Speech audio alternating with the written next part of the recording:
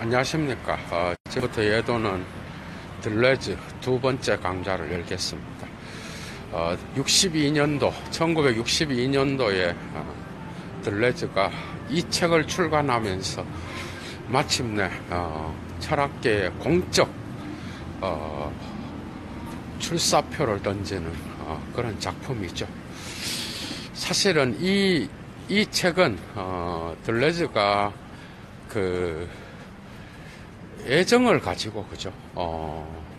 자기의 전체 1995년도에 사망하기까지 자기의 일생일대의 철학적 사유가 바로 니체에 의존하고 있다라는 것을 자신의 후기 작품 곳곳에서도 나타나고, 또한 자기가 마무리로 91년도에 출간한 철학이란 무엇인가에서도 곳곳에서 나타납니다.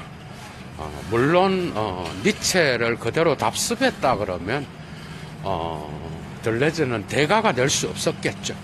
결코 그런 것이 아니라 그는 스토아 학파와 또한 아리스토텔레스 철학에 정통한 자였고, 특히 칸트를 또한 칸트와 스피노자를 깊이 있게 연구한 그런 철학자였습니다. 헤겔에 대하여서는 주로 항거하는 방식으로 헤겔을 접했고, 그래서 그의 전체 철학은 니체의 사유에 근거하고 있다라고 예도는 확신합니다. 그래서 오늘 두 번째 들레즈의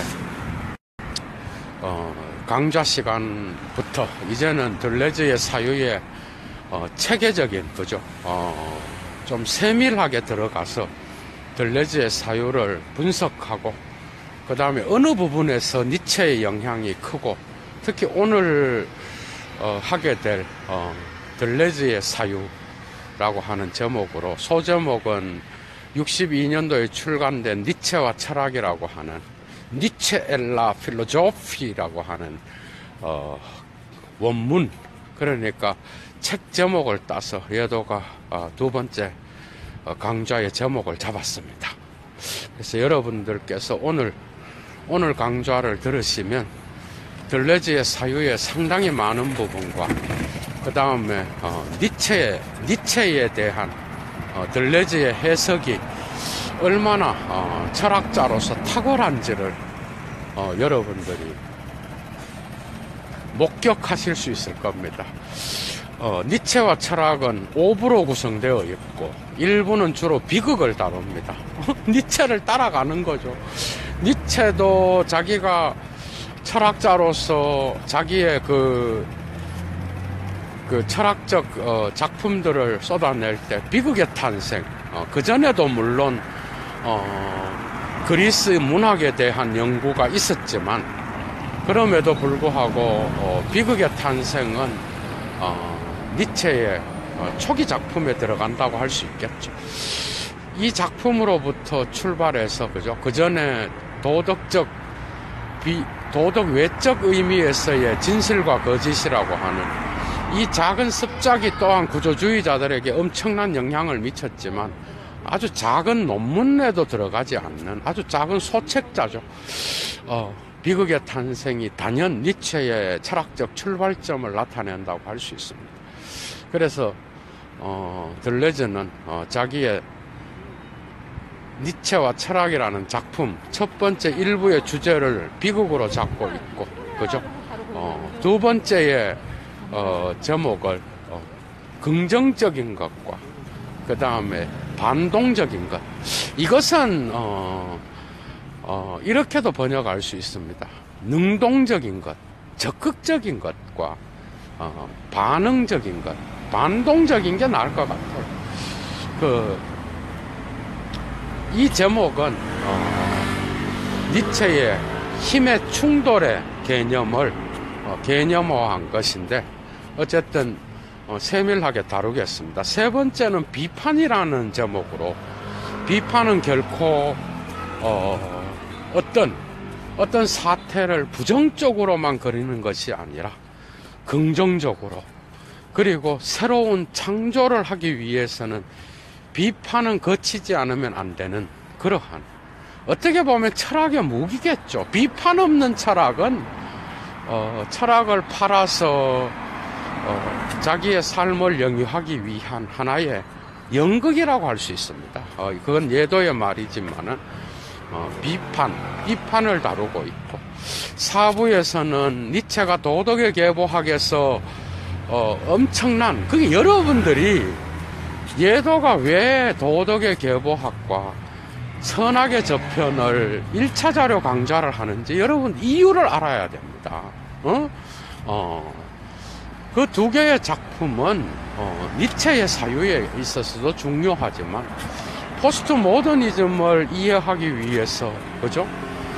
그 두 개의 작품은 여러분들이 안 읽으면 안 되는 그런 작품들이거든요. 그런데 그게 그냥 그게 문학책처럼 읽는다고 그냥 눈에 들어오는 그런 책이 아니라고요. 거기에는 무의식적인 충동이 있을 수 있고, 다양한 철학적 주제들, 그 다음에 기독교에 대한 지식도 있어야 되고, 그래서 예도가 1차 자료 강좌를 열었던 거죠. 아직 끝나지는 않았지만, 네 번째 주제가 바로 원한에서 이거는 불어를 그냥 쓰는 겁니다. 니체가 불어를 그냥 쓰는데 원어에 보면은 독일어로 이렇게 나와 있어요. 레센느멍 이렇게 나와 있어요. 레센느멍. 그러니까 원한에서 양심의 가책으로 이런 제목을 달고 있는데, 이 네 번째가 도덕의 계보학에서 니체가 양심이라고 하는 것, 양심의 개념이 어떤 형벌의 절차를 통하여 나타나는지를 철저하게 인류학적으로 분석하는 게 2부에서 나타납니다. 도덕의 계보학. 그게 도덕의 계보학 제2 논문의 주제가 죄의 개념, 양심의 개념, 이런 것들이 어떻게 하여 발생하게 되었는지, 그런 것들을 발생사적으로 추적하는 게 바로 인류의 무의식을 다룬다고 하면 돼요. 예도가 볼 때는 그런 작품이라고요. 그래서 사실은 니체의 사유에 있어서 도덕의 계보학은 여러분 미셸 푸코와 예도가 따로 도덕의 계보학 네 번째 강좌에서 푸코와 들레즈를 다룰 정도로 그렇게 중요한 논문이라고, 그게, 그죠? 도덕의 계보학이라는 책이. 그래서 특히 12절은 매우 중요합니다. 이 논문 12절은 형벌의 목적과 효용성과 형벌의 기원을 직접적인 역사적 연속성을 통하여 추론해서는 안 된다라고 하는 그러한 것으로부터 출발하여 자기의 존재론을, 힘의 존재론이 비로소 나타나는 그 부분이 제2 논문의 12절에 나타난다고 볼 수 있어요. 여러분들은 12절은 외워야 돼요. 예도의 페북에도 거기에 대한 글이 상당히 많고 이유가 있는 거예요. 물론 힘의 의지는 니체가 말년에 유고로 남겨놓은 Der Wille zur Macht라고 하는 제목으로 니체 여동생과 편집자들이, 최초 편집자들이 1906년도에 이르러서야 비로소 이 작품을 출간하게 되는데, 여기에서 힘의 의지라는 개념이 아주 중요하게 다루어지고 있죠. 거기에 부제는 가치의 전도, umkehrung, 가치를 뒤집어 버리는 가치의 전도의 시도라고 하는 부제를 달고 있는 그런 작품이죠. 이 유고집이 또 중요합니다. 그래서 들레즈의 이 책의 사부는 이러한 것에 근거하여 어떻게 인류학에서, 그죠?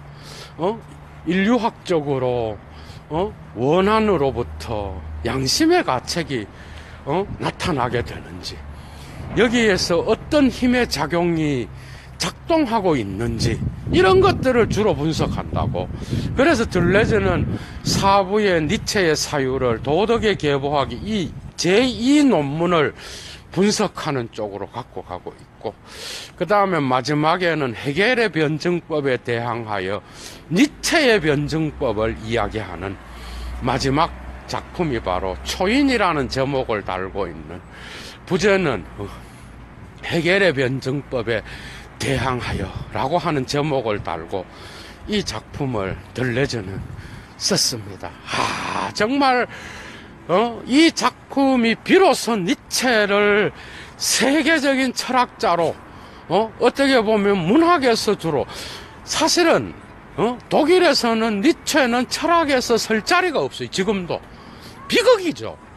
독일이 되게 늦는다는 거. 지금도 헤겔 칸트하고 앉아있다니까. 코미디입니다, 여러분. 이 시대에 이미 정신분석학이 나오고 락강이 나오고, 그죠? 이 라인은 쇼펜하우어와 니체의 라인이 없이는 도저히 이 부분은 의식이 이미 병들었고, 그 의식 배후에는 무의식이 언제나 함께 작동하고 있다라고 하는, 이런 것이 철학계에 등장한 게 옛날인데 지금도 니체를 문학가로 다루고 있어. 어떻게 보면 예도의 선생인 안드레아스 우얼스 존머가 프라이부르그의 필로조피스에서 세미나라고 하는 세계적인, 그죠, 유명한 거잖아. 독일에서 최고의 철학의 세미나로 들어가는, 여기에서 니체 전공자로서 정교수가 됐다는 거는, 여러분, 레어슈트는 없지만은 니체 전공자가 그러한 정교수로 자리를 잡았다는 것은 기적이죠. 어떻게 보면 독일에서는 즉 그런 상황이라고. 그런데 이미 프랑스에서는 니체를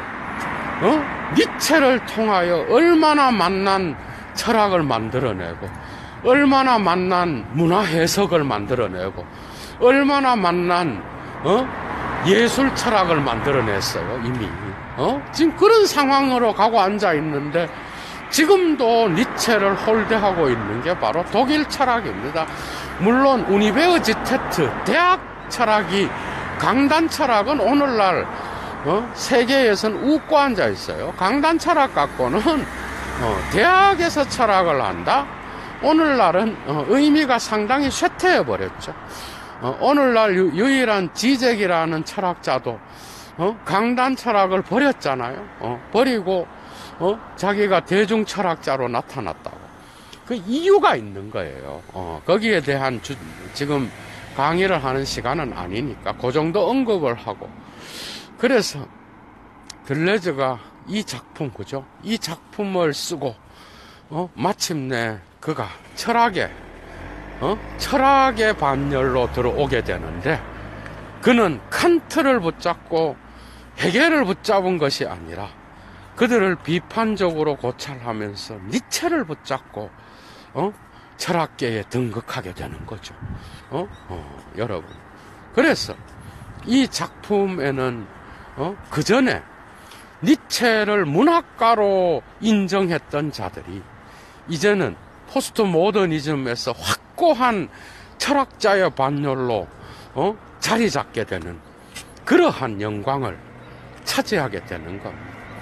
니체가 말년에 죽기 전에 에케 호모라든지 자기가 친구들과의 다양한 서신에서 자기가 보여주었듯이 다른 건 몰라도 자기의 작품을 읽지 않고는 앞으로는 어떤 미래의 철학은 불가능할 것이라고 하는 이 미친 인간의 이 예언이 비로소 프랑스에서 열매를 맺었고, 거기에 질 들레즈의 이러한 포스트 모던을 이끌었던 미셸 푸코, 데리다와 더불어 들레즈를 통하여 성취되고 있다라는 건 상당히 깊은 의미 있는 그러한 역사적 사건이라고 할 수가 있습니다, 여러분.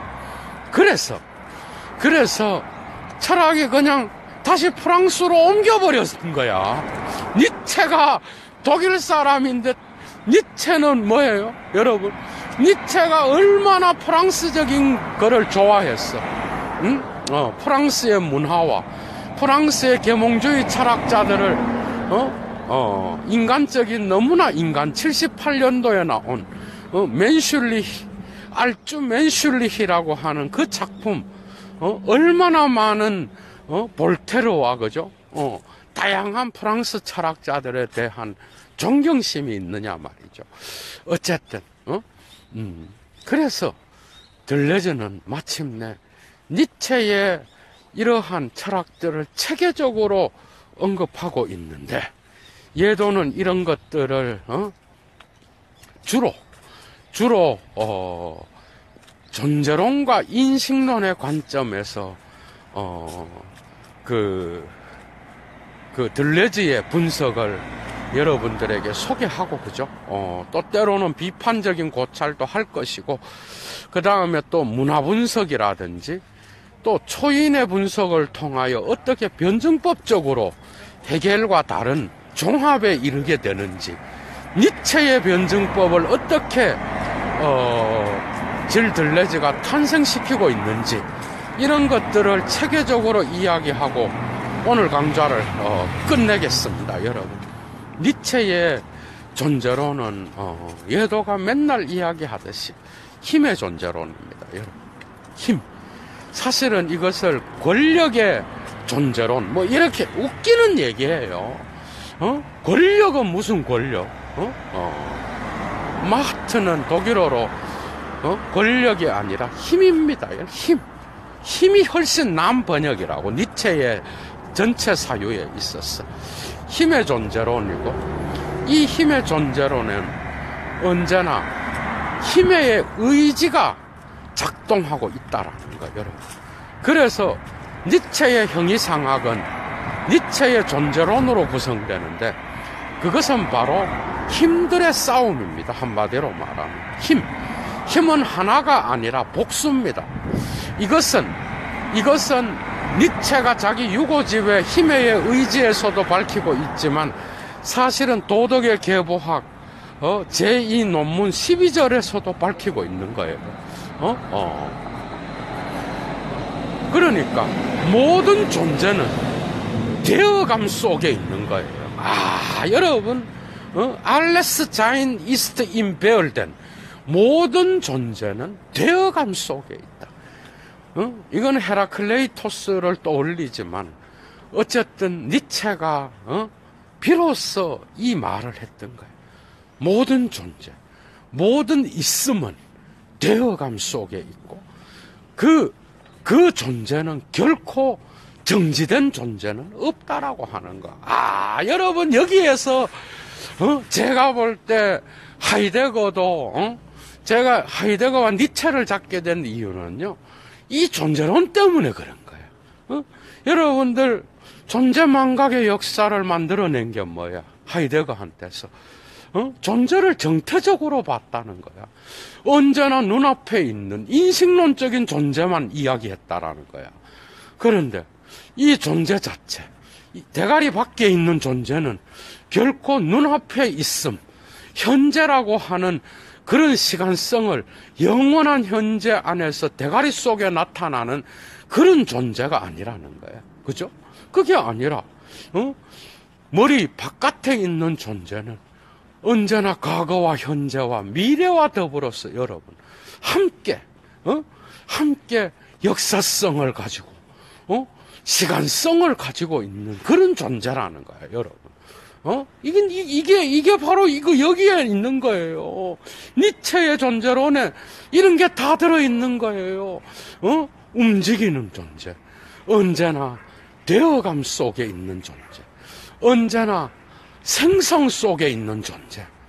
그래서 그 존재는 다양한 힘들에 의해서 움직이는 그런 존재. 그래서 힘이 먼저 있는 거예요, 여러분. 힘이 먼저 있는 거라고.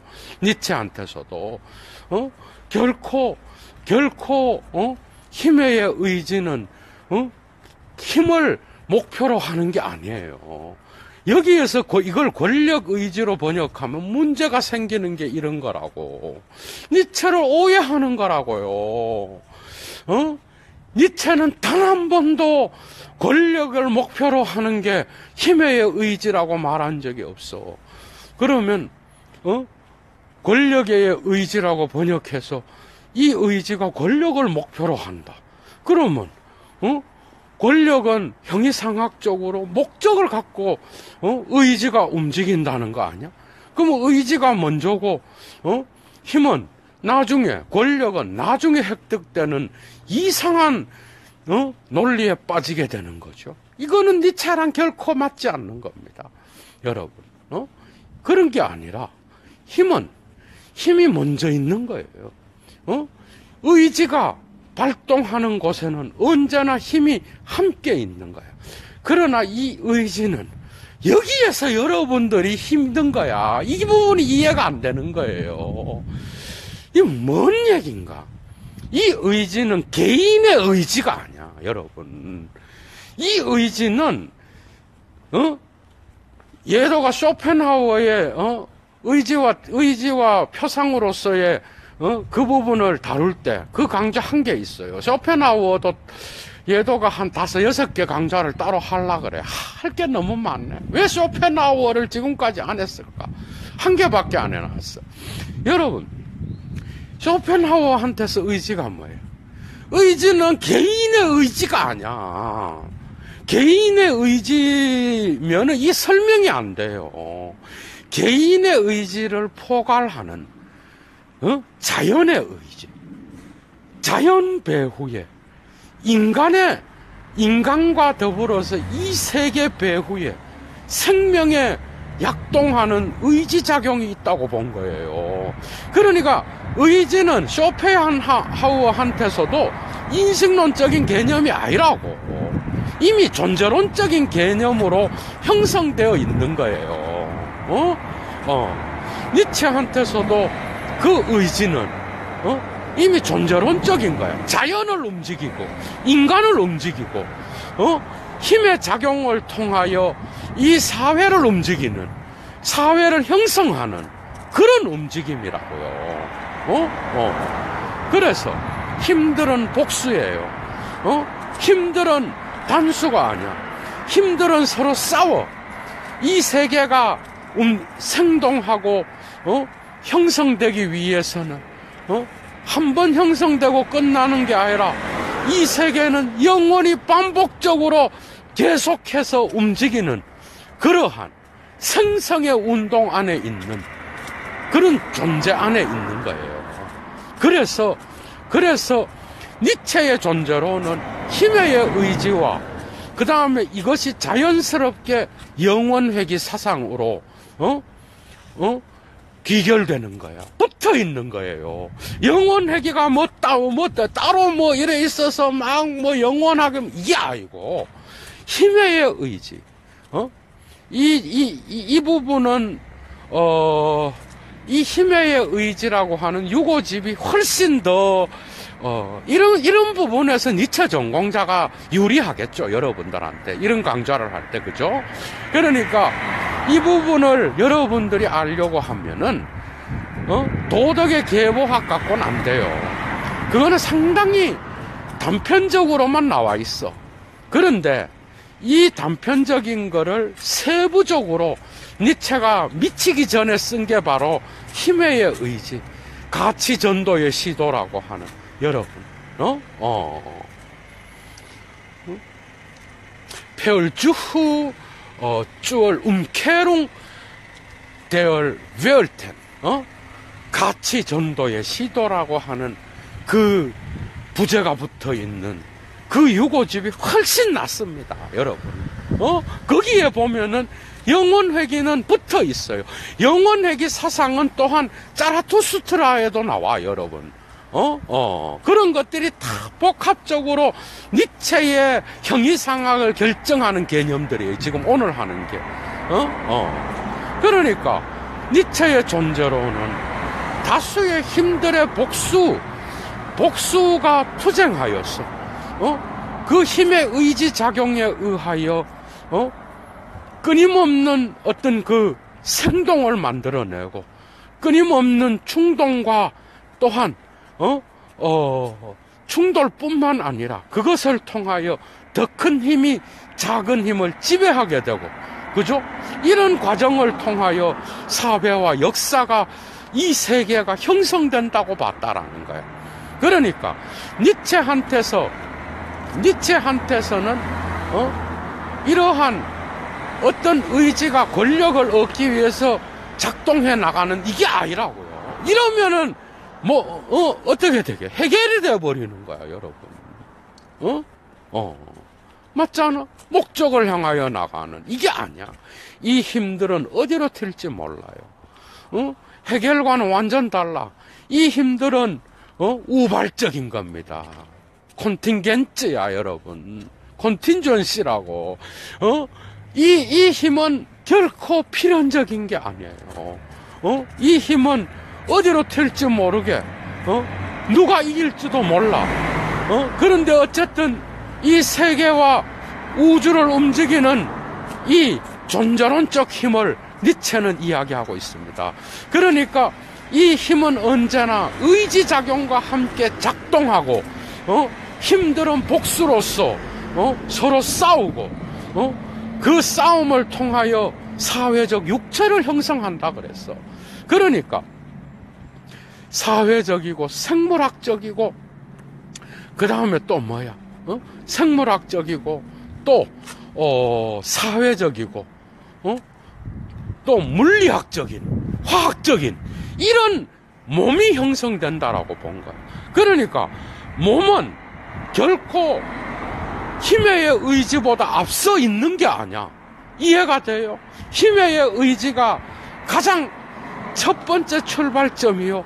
이 작동에 의하여 사회적 몸과 생물학적 몸과 그 다음에 물리학적 몸과 또 화학적인 몸들이 형성되는 게 바로 이 힘의 의지를 통해서라고. 그러니까 힘의 의지가 서로 작동하여 복수의 힘들이 투쟁하여서 거기에서 나타나는 사회적 몸이 만들어진다고. 그런데 이 몸은 결코 정지된 죽은 몸이 아니야. 살아있는 몸이에요. 그러니까 유기체와 같이 연결되어 있고, 또한 언제 어떻게 더 큰 힘이 나타나서 이 몸을 바꾸어 놓을지 몰라. 그러니까 이러한 힘의 존재로는 바로 니체의 인식론으로 또한 갑니다, 여러분. 이해가 돼요? 니체의 인식론이 뭐예요? 여기는 물론 요 존재론 부분은 제가 볼 때는 니체를 공부한 사람으로서 물론 평생 공부하겠지만 이 부분은 예도가 볼 때는 들레즈가 상당히 탁월하게 분석했습니다, 여러분. 힘의 의지. 그런데 이 힘의 의지가 작동해서 사회적 몸을 만들고, 이 힘들의 충돌은 끊임없이 계속되어서 영원히 새롭게 돌아온다고 본 거예요. 독일어로 에비히 비덜 케렌이라고 하는 거. 에비거 비덜 쿰프트 데스 글라이헨이라 그래요. 니체는 동일한 것의 회귀라 그래요. 이 부분을 물론 니체의 이 동일한 것은 같다는 뜻이 아닙니다. 이 부분을 철저하게 해부해서 들레즈는 이 영원회귀 사상 안에서 차이의 반복을 이야기하기 시작해. 저도 들레즈의 해석이 맞다고 봐. 그러나 어쨌든 니체의 영원회귀 사상은 뒤에 데스글라이헨, 동일한 것이라는 단어가 붙었어. 동일한 것의 영원회귀라 그랬어. 이 말은 봄, 여름, 가을, 겨울이 끊임없이 계속해서 원한적으로 돌아가듯이, 그죠?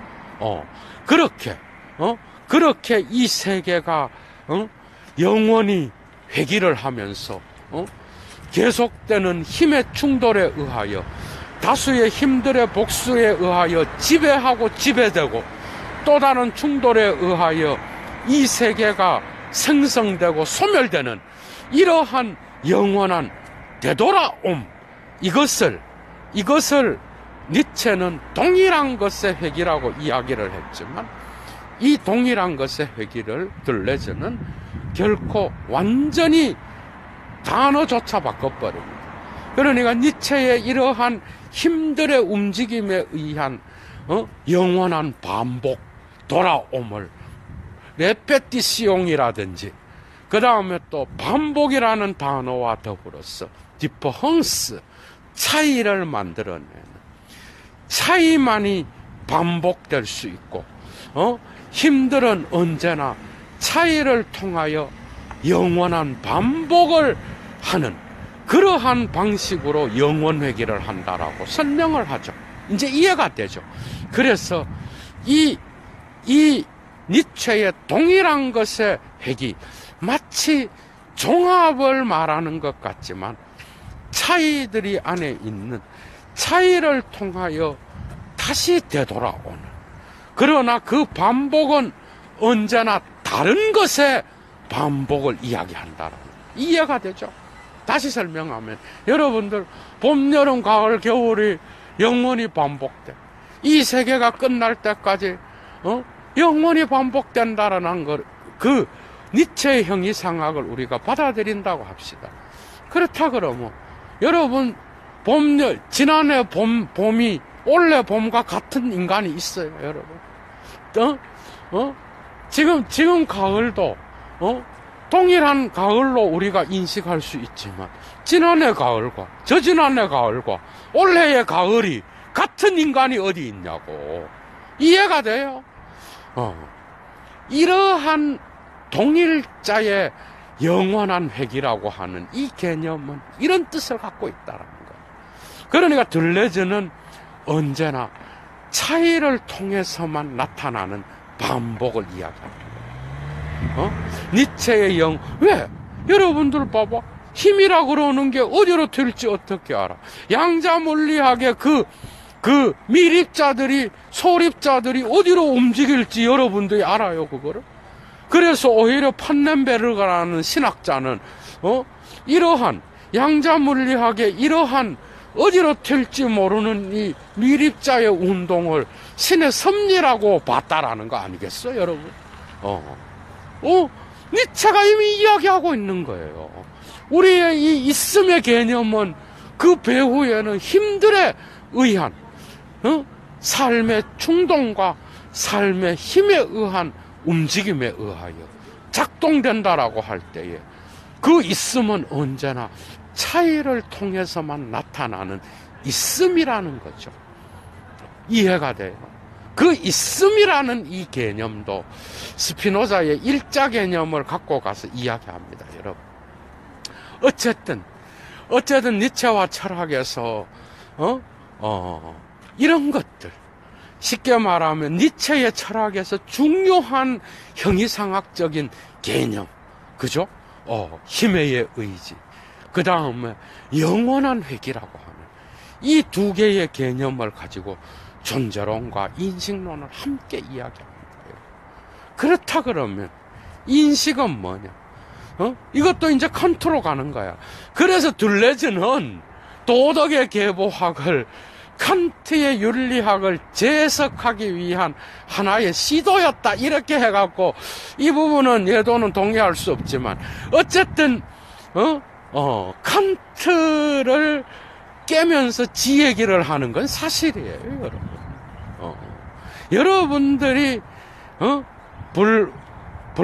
프랑스의 포스트 모더니즘 공부를 할 때에 칸트를 모르는 자는 어디에서도 모든 철학을 이해할 수가 없습니다. 리케르 당연하게. 리케르의 악의 상징이 어디서 나오죠? 예도가 맨날 얘기하잖아. 칸트의 의지의 철학을 재해석하면서 나온 거예요, 여러분. 해결도 중요하죠. 그래서 예도가 예도TV의 칸트와 헤겔을 다루었던 거죠. 언젠가 곧 실천 이성 비판과 판단력 비판을 보충해서 또 강좌를 열어야 되겠죠. 그죠?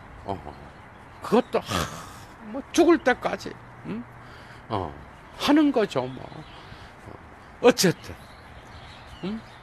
그런 방식으로, 인식론도 칸트의 물 자체 개념으로부터 이야기하고 있다는 거예요. 들레즈는 그렇게 말합니다. 니체의 인식론은 결코 물 자체를 인식하는 게 아니에요. 칸트랑 다른 게 뭐죠? 그 현상 자체를 우리는 해석한다고 본 거야. 누구가? 니체는, 여러분. 곳곳에 나옵니다. 칸트에 대한 그 다양한 언급들은 니체 전집 안 나오는 데가 없어요, 여러분. 데카르트에 대한 분석도 6호집에 다 나와요, 여러분. 전체적으로. 그래서 칸트에 대한 언급이 상당히 많습니다. 니체의 작품에서도, 여러분. 거기에서는 딱 건너뜁니다. 왜? 모르니까. 그래서, 가장 칸트에 대한 비판을 통하여 자기의 인식을 이야기하는 부분이 니체의 도덕의 계보학 제3논문 12절에서 이야기하고 있어요. 그 부분을 여러분들이 니체의 그 번역서를 보든 영어 번역을 보든 하여튼 여러분들은 번역서를 봐서라도 따로 한번 읽어보셔요. 예도의 강좌가 이런 게 좋은 거 아니겠어요? 1차 자료를 갖고 이야기한다라는 거, 그죠? 논문을 쓰는 자도 이런 강좌를 듣고 직접 도움을 받을 수 있겠죠. 어쨌든,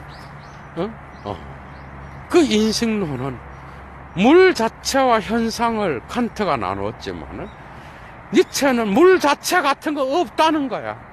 우리가 보는 거는 전부 다 현상만 보는 것이고, 우리가 인식하는 거는 다 해석이라 그럽니다.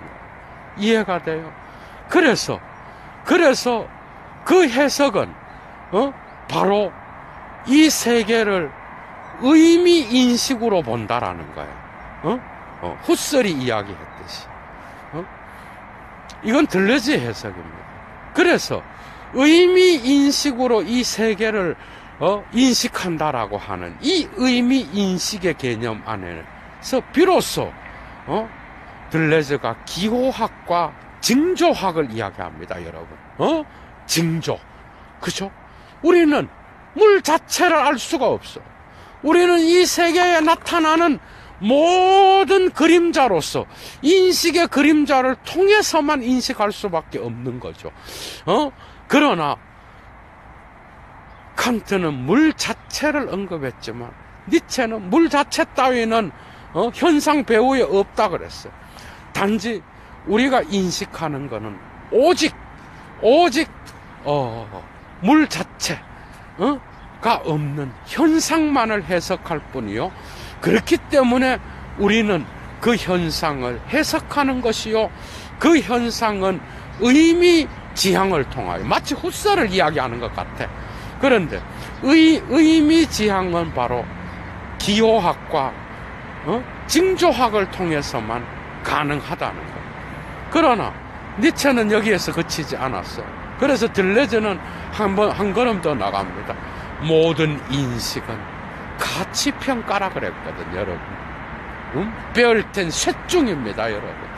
모든 인식은 가치를 평가하는 거예요. 그래서 그 의미에 대한 가치를 평가하고 비판을 통하여 새로운 가치를 창조하는 게 인식인 거예요, 니체한테서는.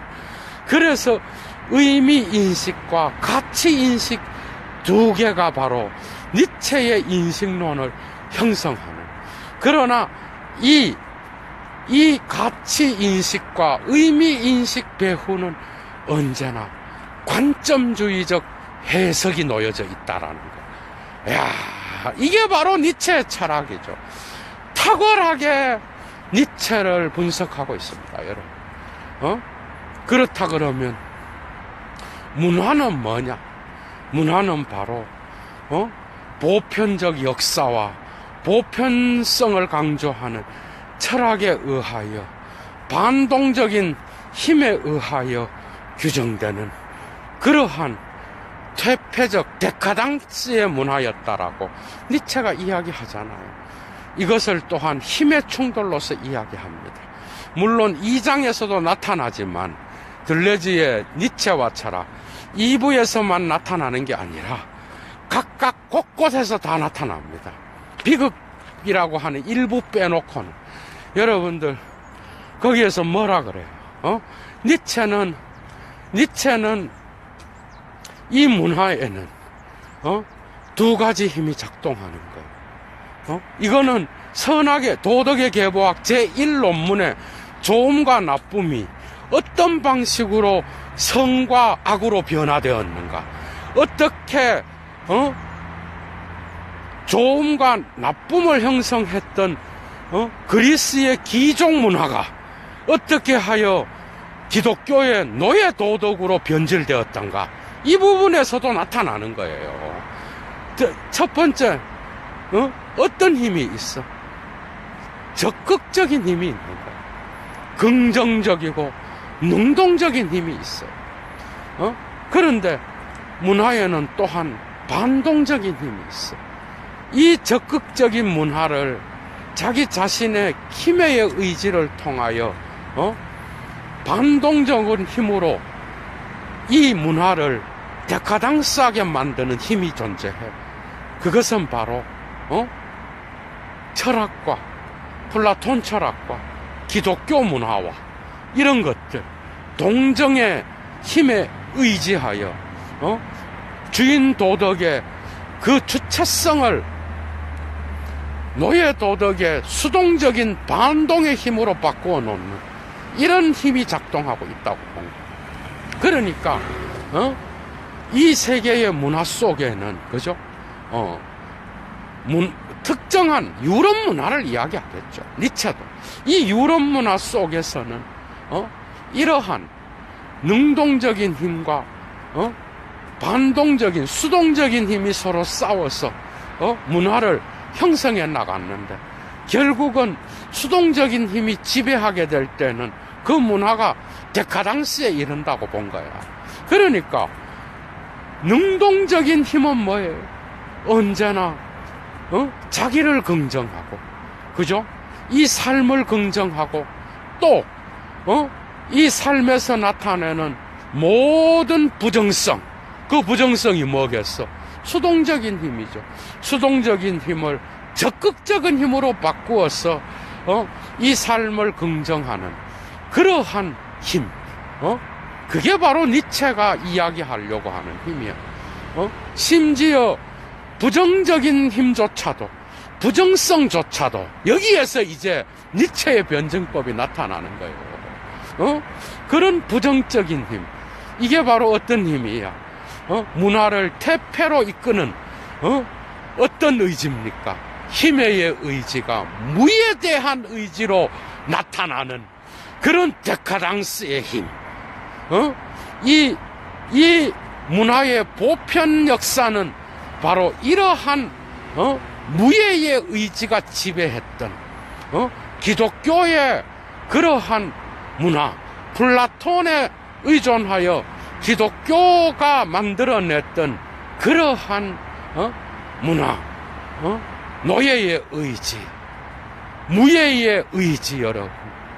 Der Wille zum Nichts, 무예의 의지가 지배할 때 힘의 의지는 마이너스가 된다 그러잖아. 독특한 표현이죠, 여러분.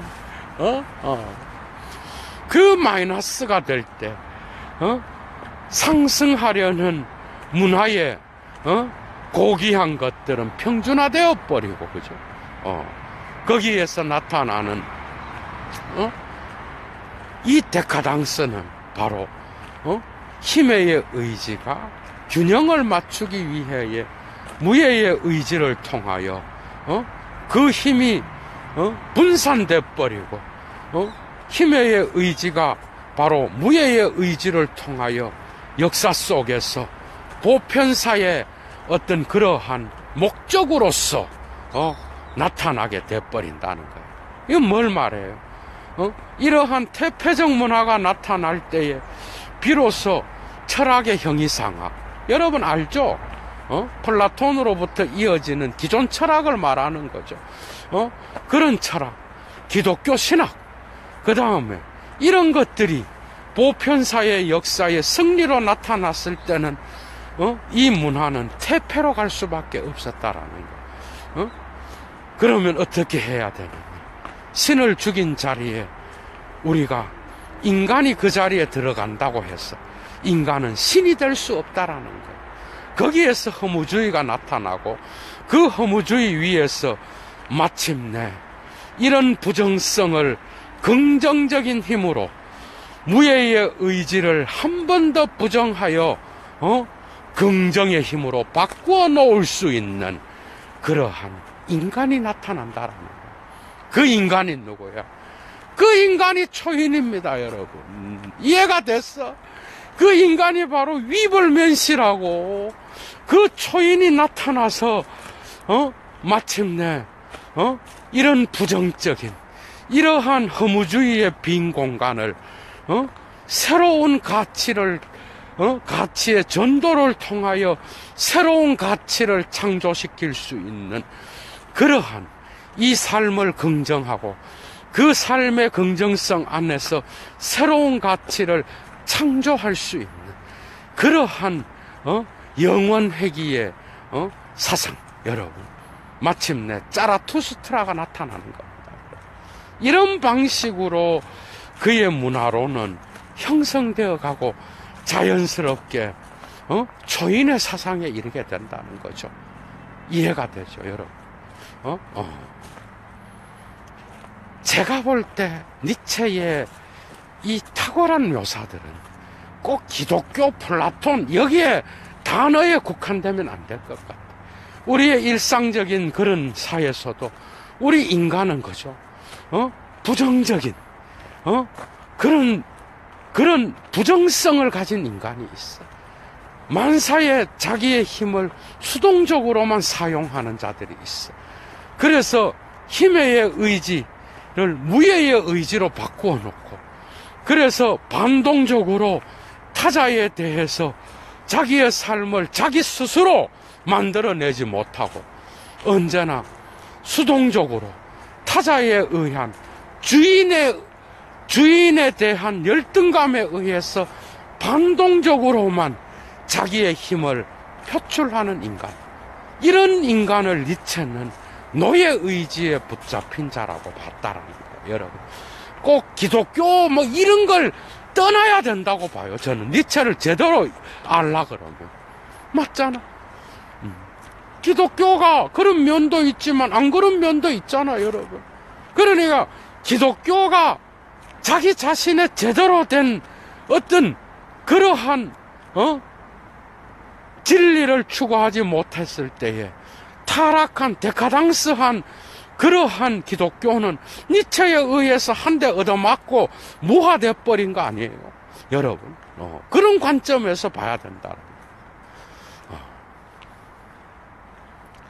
그러니까 그 힘의 의지의 충돌에 의해서 문화의 몸이 형성되고, 그 몸은 결코 정지된 몸이 아니라 살아있는 몸으로서 이 사회의 유기체로서 그 힘에 어떤 힘이 또다시 나타나서 제압하고 또다시 기호를 만들어서 문화의 어떤 그러한 새로운 창조를 만들어낼지 모르는 그러한 사회학적 몸을 이야기하고 있다는 거예요. 그것은 생리학적이고 생물학적이고 물리학적인 그런 특징이 들어있는 몸이라고 하는 거예요, 여러분. 생리학은 뭐예요? 인간의 육체와 더불어서 형성되는 감정이잖아, 그죠? 인간의 감정은 결코 이성에 의한, 정신에 의해서 지배될 수 없는, 육체를 가진 인간은 생리학적인 그러한 요소에 의하여 영향받을 수밖에 없다라는 거. 이런 게 바로 니체의 철학이겠죠, 여러분. 그래서 그러면 어떤 인간이 초인이냐? 초인에는 자라투스트라에 나오는 것을 분석합니다. 둘레즈가. 자라투스트라에는 세 개의 단계의 인식 유형이 있습니다. 첫째는 낙타의 유형이 있고, 둘째가 사자의 유형이 있고, 세 번째가 어린아이의 유형이 있습니다. 어린아이는 자유를 긍정하고, 언제나 지나간 것을 빨리 잊어버리고 새로운 것을 언제나 새롭게 출발할 수 있는 그러한 순진무구한 존재라고 하는 것. 여기에 착안해서 그는 그의 영원회귀와 힘의 의지 사상을 새롭게 만들어 놓고 있다는 것.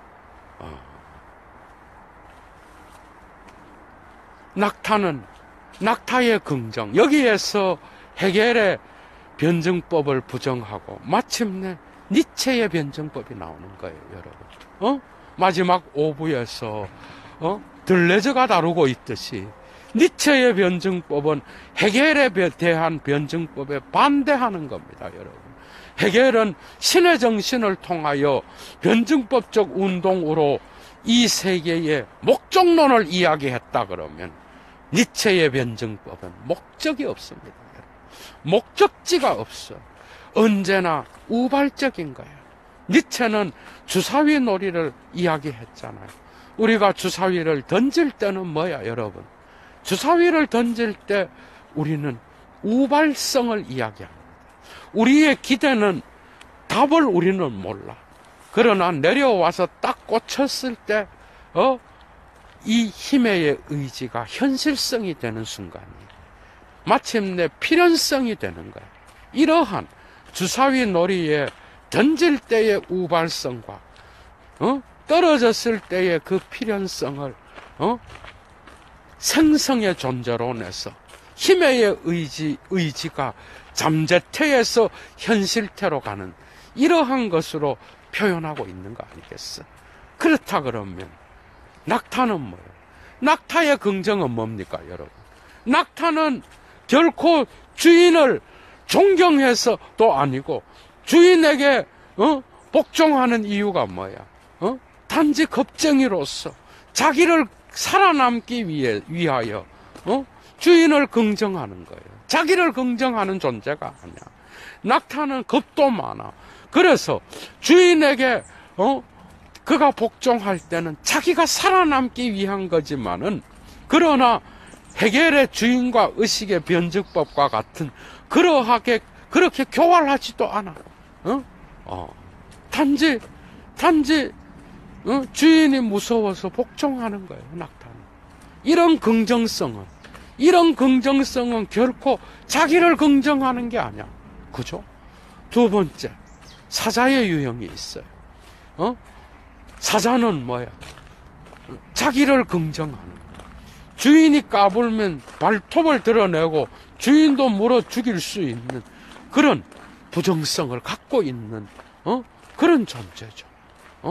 그러나 이건 역시도 니체는 결코 올바른 존재론의 생성의 존재론을 표현하는 데는 약하다고 봤어요.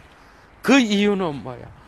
이런 사자의 유형도 부정되어야 마침내 생성의 존재론의 변증법이 나타나게 되는데, 그것은 바로 어린아이의 단계에 도달해야 됩니다. 그러나 낙타의 긍정이 사자의 부정을 통하여 마지막에 도달하게 되는 그 종합은 어린아이입니다, 여러분.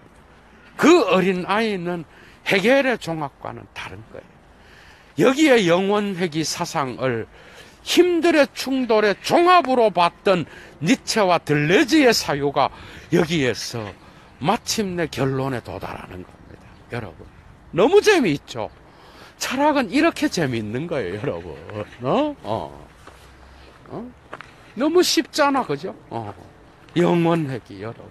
니체가 자르투스트라에서 설명하듯이 한쪽 문을 보면은 먼 과거가 있고, 한쪽 문을 보면 먼 미래가 있는 거예요, 여러분.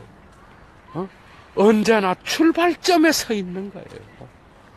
자라투스트라가 서 있는 게 아니라 인식자는 언제나 출발점에 서 있는 거예요, 여러분. 여기에서 영원회귀 사상이 나타나는 거죠.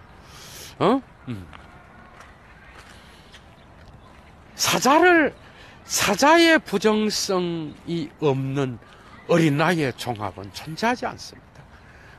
어린아이가 되기 위해서는 비판의 과정을 거쳐야 됩니다. 그게 바로 사자의 부정성이야, 여러분. 그래서 비판은 힘의 의지의 근본적인 요소로 나타나는 거예요. 이해가 되죠? 이 부정을 한 마지막에 도달한 종합이 바로 어린아이의 종합입니다. 이것은 해겔의 결과와는 완전히 다른 결과예요. 어린아이는 놀이하는 자입니다, 여러분. 그죠? 놀이하는 자. 예술가로서의 존재론도 여기에 들어있는 거예요. 예수가 뭐라 그랬어요? 너희가 어린아이와 같이 되지 않으면 결단코 신의 나라에 들어갈 수 없다라고 말씀하신 것처럼, 니체 역시도 그 어린아이, 신의 나라는 결코 싸움도 없고, 정의도 없고, 거기에는 사랑이 넘치는 그러한 나라가 아니겠습니까, 여러분? 역사의 나라가 아닌 신의 나라에서는 그러한 어린아이와 같이 뛰어놀 수 있는 놀이의 공간이 중요한 그런 나라가 아니겠는가. 여기에는 언제나 힘이 영원히 새롭게 출발하는 장소요. 그죠? 그래서 어린아이는 과거를 잘 망각합니다. 어린아이에겐 과거가 없습니다. 그는 언제나 새롭게 놀 수 있는 그런 자요. 슈필이라 그러죠, 독일어로. 이 놀이라는 개념을 또 가다머가 탁월하게 또 자기의 예술 철학 안으로 끌어들이고 있듯이, 그죠? 이런 존재로, 새롭게 출발하여서 언제나, 한 곳에 머물러 있지 않아요, 어린아이는. 어린아이는 동일한 것을 아주 싫어합니다. 다 나오네, 오늘. 어린아이는 똑같은 걸 정말 싫어해. 어린아이는 매 순간 다른 장소, 다른 시간 속에서 놀이를 즐기는 자요. 언제나 새로운 출발 속에서 새로운 생성을 말하는 자요. 생성을 만들어가는 자요. 그래서 자라투스트라의 초인을 긍정하는, 그래서 초인은 언제나 이러한 어린아이와 같은 인식의 종합 속에서, 그죠? 자기의 삶을, 자기의 가치를, 자기를 긍정하고 거기에서 새로운 생성을 매 순간 만들어내는, 그것도 슬픔과 비극조차 잊어버리고, 그죠? 거기에서 나타나는 새로운 것을 향한 그러한 기쁨의 미소를 던질 수 있는, 자기에게 나타난 현재의 시간을 긍정할 수 있는, 그것이 바로 영원한 순간을 긍정하는, 예술가만이 느낄 수 있는 그러한 존재론을 이야기하고 있다라는 거예요. 그래서 델레즈는 자기의 후기 철학에서도 니체와 같이 예술가로서 예술가들에게 얼마나 소중한 그러한 예술 철학을 비평하는 자로서 자기의 철학에서 얼마나 많은 미학적 잡론을 만들어냈겠습니까? 니체는 정치 철학으로 봐서는 니체는 결코 이해할 수 없습니다. 니체의 인식론은 예술가들만이 이해할 수 있는 문학가와 예술가의 철학. 결론입니다. 그래서 어떤 사람은 니체가 정치적으로 뭐 어떻고 막 까고 막 이래. 코미디죠. 하수입니다, 하수. 니체는 정치 철학에는 관심이 없었어요.